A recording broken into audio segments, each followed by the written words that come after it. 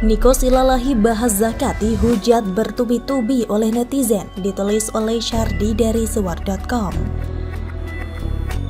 Sebelum kita lanjut, jangan lupa subscribe dan nyalakan loncengnya agar Anda menjadi yang pertama mendapatkan informasi dari jurnal terupdate. Niko Silalahi yang terkenal sangat benci dengan pemerintah dan intens membangun panggung politik dengan nyinyir membabi buta. Baru-baru ini dia memberikan komentarnya mengenai zakat dan menyinggung Basnas dan orang yang berhak menerima zakat. Komentar tersebut disampaikan melalui sosial media dan langsung menuai banyak respon miring dari netizen. Niko Silalahi menyatakan bahwa zakat itu kewajiban umat Islam yang diberikan kepada kaum du'afa. Niko pun menekankan pernyataannya bukan kewajiban bayar ke lembaga negara. Setauku, zakat itu kewajiban umat Islam untuk membayar kepada kaum du'afa, bukan kewajiban bayar ke lembaga negara. Jika tidak setuju gaji dipotong langsung, apakah ada sanksinya? Kata Niko Silalahi. Jadi kesimpulannya adalah dia ragu dengan keberadaan Lembaga Zakat Nasional, Badan Amil Zakat Nasional, dengan mempertanyakan apakah ada audit forensik atau tidak. Lalu dia beri usul agar lebih baik menyalurkan zakat ke masjid atau anak-anak yatim. Tadi sangka banyak respon negatif terhadap keluar-keluar si Niko ini.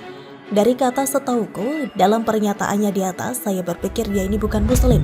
Saya cari-cari di berita, ternyata ada yang bilang dia Kristen. Ralat kalau saya salah. Netizen pun menyerang balik Niko, bahkan ada yang mention akun Polri untuk menindaklanjuti ucapan Niko.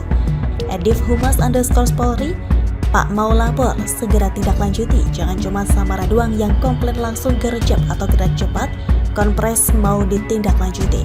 Ini si penyebar hoax dan adu domba didiamkan, kata salah satu netizen. Jika kau muslim, maka perbaiki pengetahuanmu tentang aturan agamamu. Jika kau non-muslim, maka janganlah kau mengomentari aturan yang sudah jelas dalam agama Islam.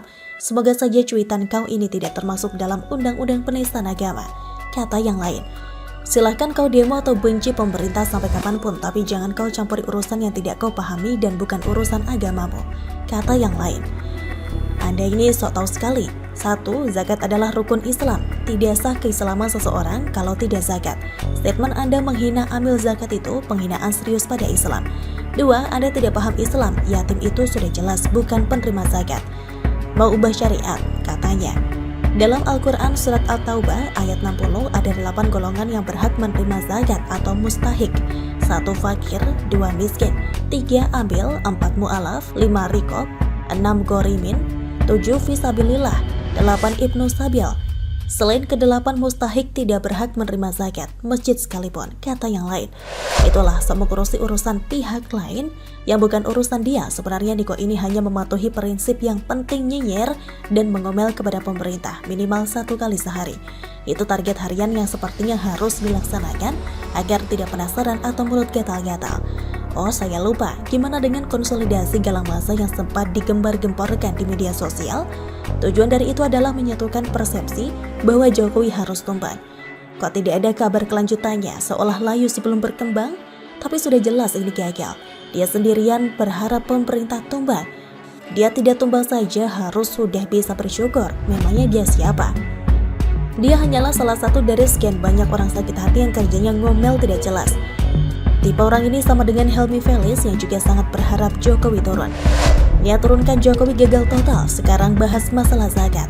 Kena semprot netizen pula. Dia sakit hati makanya bicara bisa melebar kemana-mana, bahkan ke urusan yang bukan urusannya. Ini bisa dimaklumi karena tiap hari harus cari bahan nyinyiran. Apa yang ada, bakal disikat, bahkan cocok logi. Konyol sekalipun. Apapun yang punya kaitan dengan pemerintah akan disikat, dinyinyirin, dicurigai, tidak dipercayai, diomelin dan dikorek-korek.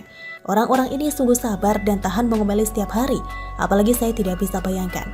Mereka konsisten berlaku ini sampai tahun 2024. Entah mau jadi apa mereka ini, Amin Rais saja masih kalah brutal kalau diadu omelannya dengan mereka. Tidak terbayangkan kalau 2024 yang menang adalah kubu pemerintah. 5 tahun lagi mereka bakal menderita hebat. Kasian. Bagaimana menurut Anda?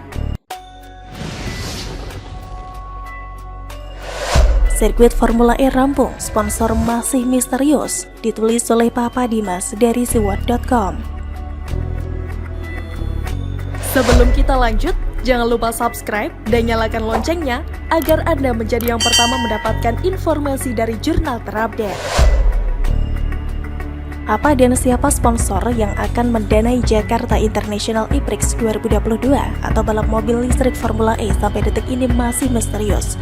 Tapi Vice President Communication Organizing Committee Formula E Jakarta 2022, Iman Syafei memastikan pihak penyelenggaraan sudah memiliki sponsor, namun belum bisa mengungkapkan sumber pendanaan ajang balap mobil listrik tersebut. Iman juga menyebut pihak penyelenggaraan akan segera mengumumkan sponsor Formula E. Namun terkait waktunya, dirinya belum bisa memastikan. Kalau sekarang belum, kita akan rilis bareng saat tokoh utamanya nanti diumumkan, katanya. Diketahui pengaspalan lintasan sirkuit Formula E Jakarta atau Jakarta International E-Prix Circuit atau JIEC di kawasan Ancol, Jakarta Utara sudah rampung. Kini tim teknis tengah bekerja untuk membangun fasilitas pendukung. Beberapa fasilitas pendukung diantaranya tribun penonton, pedok atau garasi tim pebalap, dan jembatan. Aspal sudah, kami sudah membangun dan merapikan tribun, pedok, dan fasilitas lainnya, kata Iman. Namun dia belum bisa menyebut kapan pengerjaan fasilitas pendukung tersebut selesai dan harus berkoordinasi dengan tim teknis di lapangan. Tapi kalau rencana awal memang sebulan sebelum eventnya digelar, sirkuit sudah siap tinggal dirapikan, katanya. Menurut Vice President of Infrastructure and General Affairs Formula E, Irawan Sucahyono, mengatakan infrastruktur pendukung seperti tribun penonton akan dimulai dibangun usai libur Idul Fitri. Mengherankan ketika sponsor sudah ada, sudah dikantongi, tapi nama saja masih dirahasiakan. Secara logika, ketika sebuah perusahaan atau produk mendanai atau menjadi sponsor kegiatan tersebut, pasti ingin produknya dikenal, pasti ingin branding sana-sini. Itu hal lumrah.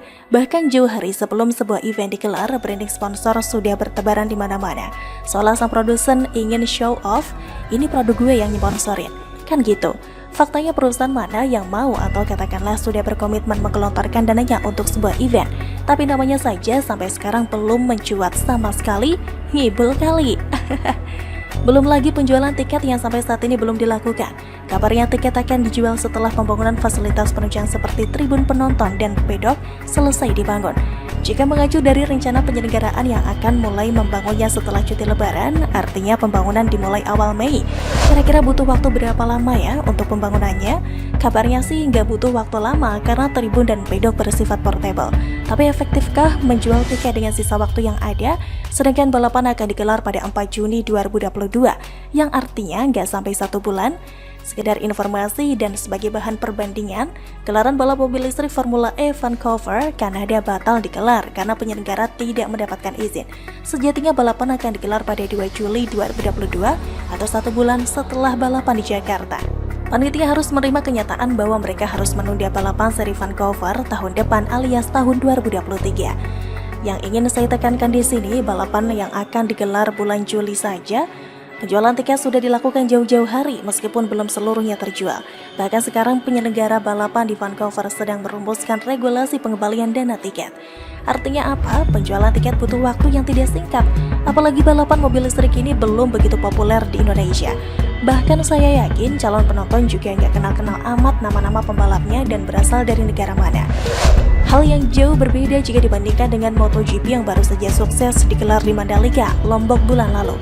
Ajang itu sudah punya penggemar fanatik yang sudah mengikuti balapan itu bertahun-tahun yang lalu, termasuk penggemar dari Indonesia. Kalau sampai detik ini sponsor Formula E masih belum jelas, lalu dana mana lagi yang akan diserap?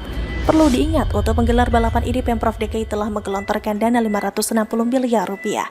Itu pun masih sebatas komitmen fee saja, belum dana lain yang sudah dikeluarkan, yang total angkanya hampir menyentuh 1 triliun rupiah. Padahal demi ajang balap ini, Pemprov DKI telah memangkas anggaran penanganan banjir dengan alasan defisit anggaran. Masuk akal nggak sih? Lalu bagaimana progres ajang balap mobil listrik ini ke depannya? Sukseskah? Atau malah batal digelar gara-gara persiapan belum 100%? Mari kita nantikan kelanjutannya bersama-sama. Begitulah kura-kura. Bagaimana kalau menurut Anda?